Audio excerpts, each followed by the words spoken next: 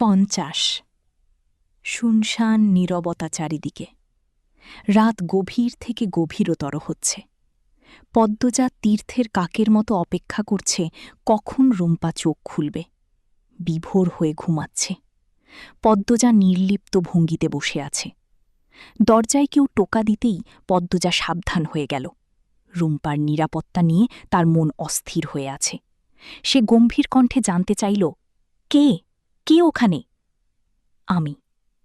আমিরের কণ্ঠ শুনে পদ্মজা ফোঁস করে নিঃশ্বাস ছাড়ল। এরপর দরজা খুলল। আমিরের চুল এলোমেলো, ক্লান্ত দেখাচ্ছে। সে পদ্মজাকে দেখে বলল, ঘুম ভেঙে গেল? তোমাকে মনে পড়ছে। আমি তো এখন যেতে পারব না। আমি থাকি তাহলে। আমিরের নির্বিকার কণ্ঠ। পদ্মজা চোখ রাঙিয়ে বলল, শীতের রাতে মাটিতে থাকবেন? রুম্পা ভাবি বিছানায় ঘুমাচ্ছে। এই ঘরে থাকলে মাটিতেই থাকতে হবে। ঘরে যান। মাটিতেই থাকব। ধুর, আপনি সবসময় ঘাড়তারামি করেন। আপনাকে তো আমি বলে এসেছি কতটা দরকার রুম্পা ভাবির সাথে থাকা।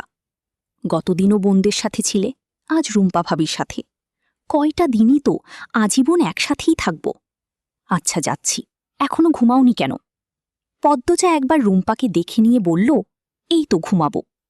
আমির চারপাশ দেখে বলল, আর সাবধানে থাকবে। রিদওয়ান দোতলায় ঘুরঘুর করছে। ভয় পাবে না, আমি আছি। পদ্মজা চিন্তিত আমিরের চোখের দিকে তাকালো। বলল, আপনি আমার সাথে থাকতে নয়, দেখতে আসছেন আমি ঠিক আছি নাকি, তাই না? ভয় পাবেন না তো একদম। আমির দুই হাতে পদ্মজার দুই গাল ধরল। আমি তো জানি আমার পদ্মবতী কতটা সাহসী। এজন্যই এই বাড়িতে আসার সাহস করতে পেরেছি। আহ্লাদ হয়েছে, এবার যান। আমির হেসে চলে গেল। পদ্মজা অনেকক্ষণ অন্ধকার বারান্দায় তাকিয়ে রইল। এরপর দরজা বন্ধ করে বিছানায় শুয়ে পড়ল। আমিরকে সে কতটা ভালোবাসে সে নিজেও জানে না। আমিরের প্রতিটি স্পর্শ, কথায়, ছন্দে হৃদয় স্পন্দিত হয়। আমিরের পাগলামি, খেয়াল রাখা, দায়িত্ববোধ সবকিছু পদ্মজাকে মুগ্ধ করে। একজন আদর্শ স্বামী বোধ হয় একেই বলে। আমিরের কথা ভাবতে ভাবতে কখন যেন সে ঘুমিয়ে পড়ল। ভালোবাসার মানুষদের নিয়ে ভাবা সময়টা জাদুর মতো। চোখের পলকে নির্ঘুম রাত কেটে যায়, নয়তো নিজের অজান্তে আবেশী ঘুম চলে আসে। সকালে উঠেই পূর্ণাকে গিয়ে ডেকে তুলল পদ্মজা। এরপর রুম্পার ঘরে এসে নামাজ পড়ল, কোরআন পড়ল। রুম্পার ঘুম আরও কিছুক্ষণ পর ভাঙে। রুম্পাকে ধরে ধরে টয়লেটে নিয়ে যায় পদ্মজা। এরপর রুম্পাকে রেখে রান্নাঘর থেকে খাবার আনতে যায়। ফরিনা মাত্র চুলা থেকে খিচুড়ি নামিয়েছেন। আম্মা, ভাবির জন্য খিচুড়ি নিয়ে যাই, বলল পদ্মজা। ফরিনা হেসে বললেন, এইটা আবার কন লাগে? লইয়া যাও। তুমি খাইবা কোন সময়? ভাবিকে খাইয়ে এসে তারপর ওনাকে নিয়ে খাব। আম্মা, রাতের হাঁসের মাংস আছে না? হ, আছে তো, ওই যে ওই পাতিলটাই। পদ্মজা গরম গরম খিচুড়ি হাঁসের মাংসের ভুনা দিয়ে নিয়ে আসে। ঘরে ঢুকে দেখল রুম্পা মেঝেতে পড়ে আছে। পদ্মজা থালা বিছানার উপর রেখে রুম্পাকে তোলার চেষ্টা করে। অবাক হয়ে প্রশ্ন করল, ভাবি মেঝেতে পড়লেন কিভাবে? রুম্পা কিছু বলছে না। সে উদ্ভ্রাটের মতো ছটফট করছে, এদিক ওদিক তাকাচ্ছে, পদ্মজাকে দূরে ঠেলে দেওয়ার চেষ্টা করছে। পদ্মজা খুব বিস্মিত। রুম্পা এমন করছে কেন? সে রুম্পাকে প্রশ্ন করেই চলেছে। কেউ এসেছিল ঘরে? কে এসেছিল? ভয় দেখিয়েছে?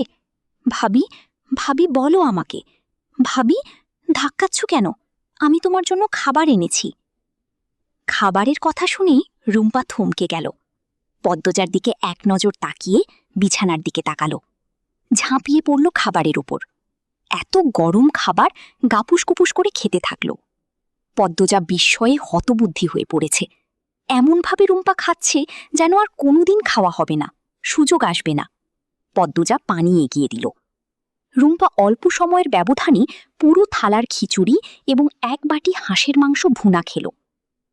খাওয়া শেষে পদ্মজার নমনীয় কণ্ঠে প্রশ্ন করল, ভাবি, আমার সাথে একটু কথা বলবেন? রুম্পা দূরে সরে যায়, দেয়াল ঘেঁষে বসে, মাথা দুই দিকে নাড়িয়ে ইশারা করে সে কথা বলবে না।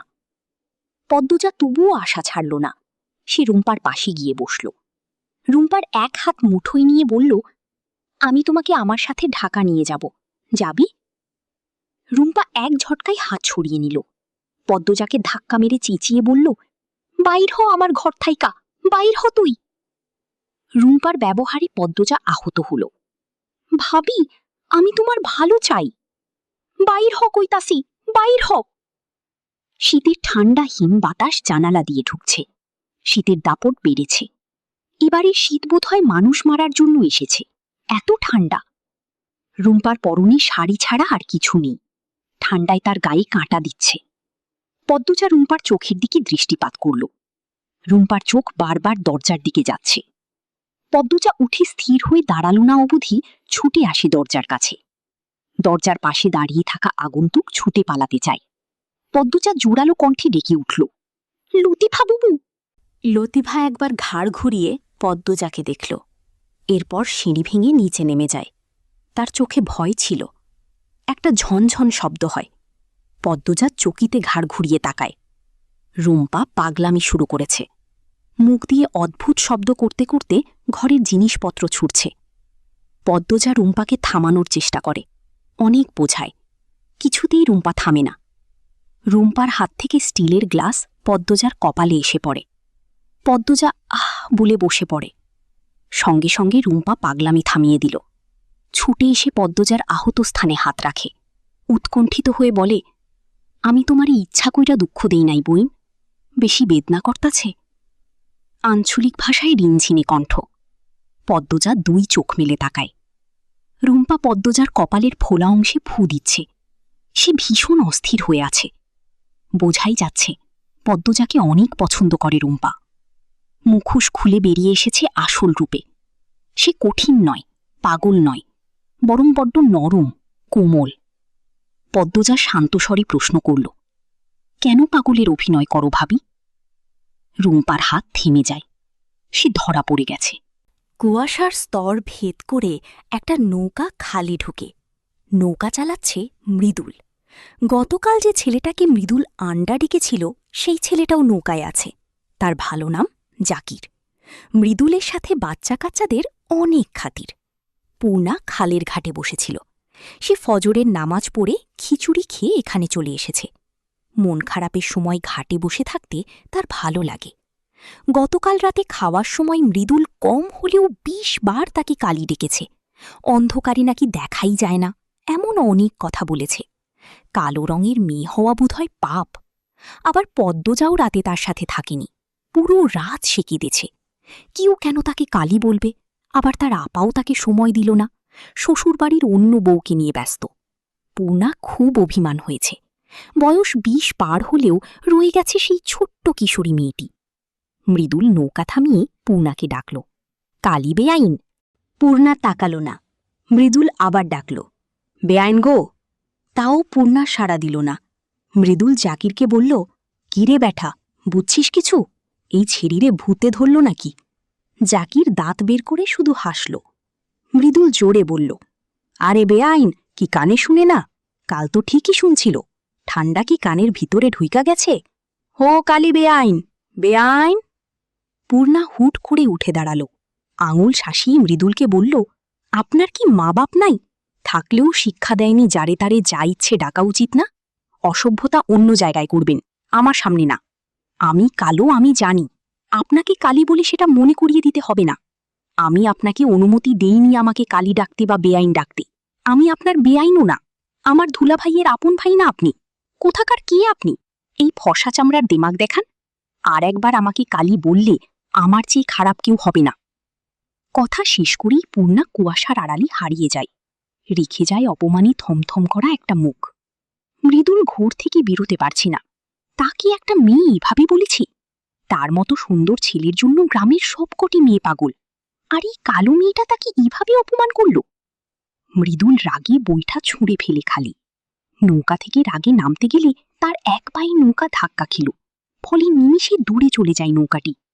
নৌকায় থাকা ছেলেটি চিৎকার করল, মৃদুল ভাই, আমি আইয়াম কেমনে? বইটাটাও ফালাইয়া দিস। মৃদুল বিরক্তি নিয়ে ফিরে তাকাল। সত্যি নৌকা অনেক দূরে চলে গিয়েছে। এই ঠান্ডার মধ্যে ছোট বাচ্চাটা সাঁতরে পাড়ে আসবে কিভাবে? মৃদুল রাগ একপাশে রেখে বরফের মতো ঠান্ডা জলে ঝাঁপ দিল। রুম্পা থেমে থেমে কাঁদছে। পদ্মজা অনবরত প্রশ্ন করে যাচ্ছে। সে ভীষণ অস্থির। একজোড়া পায়ের শব্দ ভেসে আসতেই রুম্পার কান্না থেমে গেলে, যেন এই পায়ের শব্দগুলো সে চিনে। রুম্পা কাঁপতে থাকল। রুম্পার অবস্থা দেখে পদ্মজার শিরদাঁড়া বেয়ে ঠান্ডা স্রোত গড়িয়ে যায়। রুম্পা পদ্মজার এক হাত ধরে চাপা স্বরে দ্রুত বলল, এহান থাইকা চইলা যাও বইন, আর আগাইও না। ওরা পিশাচের মতো, ছিঁড়া খাইয়া ফেলব।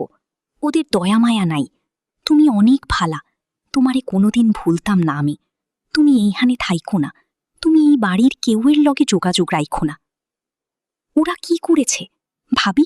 অনুরোধ করছি, আমাকে বলুন ভাবি, অনুরোধ করছি। রুম্পা সেকেন্ডে সেকেন্ডে ঢোক গিলছে। পায়ের শব্দটা যত কাছে আসছে তার কাঁপুনি তত বাড়ছে। সে ছলছল চোখে পদ্মজার দিকে তাকিয়ে কোনো মতে বলল, পিছনে, উত্তরে, রক্ত। পরমুহূর্তেই দরজা ঠেলে রুমে ঢুকে খলিল হাওলাদার। এত জোরে দরজা ধাক্কা দিয়েছেন যে বিকট শব্দ হয়। হুঙ্কার ছেড়ে পদ্মজাকে বললেন, তুমি এই ঘর থাইকা বাইর হও, অনেক অবাধ্যতা দেখাইছ, আর না।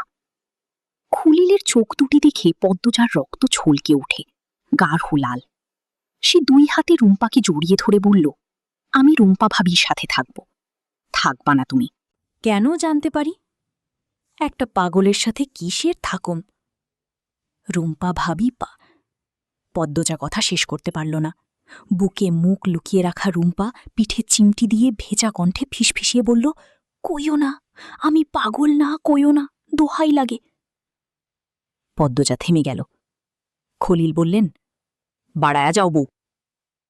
পদ্মজা নাছোড়বান্দা হয়ে বলল, যাব না আমি, রুম্পা ভাবির সাথে থাকব আমি। রুম্পা পদ্মজাকে ধাক্কা মেরে দূরে সরিয়ে দিয়ে আবার পাগলামি শুরু করে। খলিল রুম্পাকে আঘাত করার জন্য উদ্যত হতেই পদ্মজা বাধা হয়ে দাঁড়াল। বলল, নিজের মেয়েকে অমানুষের মতো মারতে পারেন বলে সবার মেয়েকে মারার অধিকার পাবেন না। পদ্মজার কথা মাটিতে পড়ার আগেই খলিলের শক্ত হাতের থাপ্পড় পদ্মজার গালে পড়ে। পদ্মজা ব্যথায় মা বলে আর্তনাদ করে উঠল।